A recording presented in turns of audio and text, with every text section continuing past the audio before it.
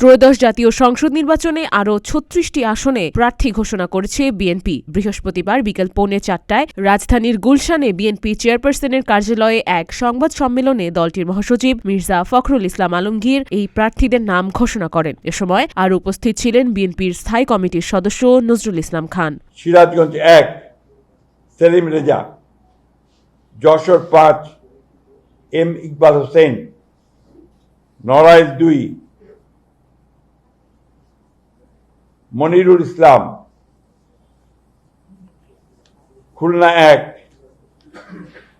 আমির এজাজ খান, পটুয়াখালী মোহাম্মদ শহীদুল আলম তালুকদার, বরিশাল ৩ জয়নাল আবেদিন, ঝালকাঠি ১ রফিকুল ইসলাম জামাল, টাঙ্গাইল ৫ সুলতান সালাউদ্দিন টুকু, ময়মনসিংহ ৪ আবু ওয়াহাব আহমদ ওয়ালিদ, কিশোরগঞ্জ ১ মোহাম্মদ মাজারুল ইসলাম,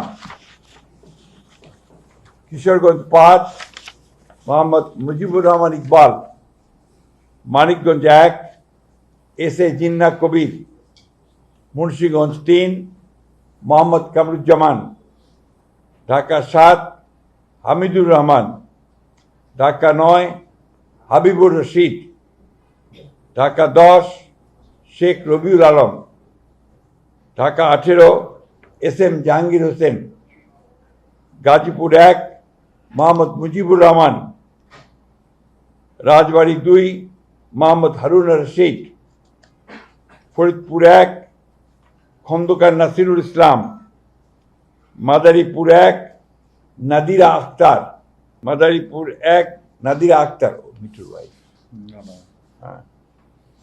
মাদারীপুর ২ জাহানদার আলী খান, সুনামগঞ্জ ২ নাসির হোসেন চৌধুরী, সুনামগঞ্জ ৪ নুরুল ইসলাম, সিলেট ৪ আরিফুল হক চৌধুরী, হবিগঞ্জ ১ রেজা কিবরিয়া, কুমিল্লা ২ মোহাম্মদ সেলিম ভুঁইয়া, চট্টগ্রাম ৩ মোস্তফা কামাল পাশা, চট্টগ্রাম ৬ গিয়াসউদ্দিন কাদের চৌধুরী, চট্টগ্রাম ৯ মোহাম্মদ আবু সুফিয়ান, চট্টগ্রাম ১৫ নাজমুল মুস্তফা আমিন, কক্সবাজার ২ আলমগীর মাহফুজুল্লাহ ফরিদ। এই ছিল আপনার আমাদের ৩৬টা। এর পরের বাকিগুলো আমরা আবার যথাসময়ে ঘোষণা করব। ধন্যবাদ। এই আসনগুলো তো আমরা নতুন দিলাম, আপনার আগে তো ঘোষণা করি।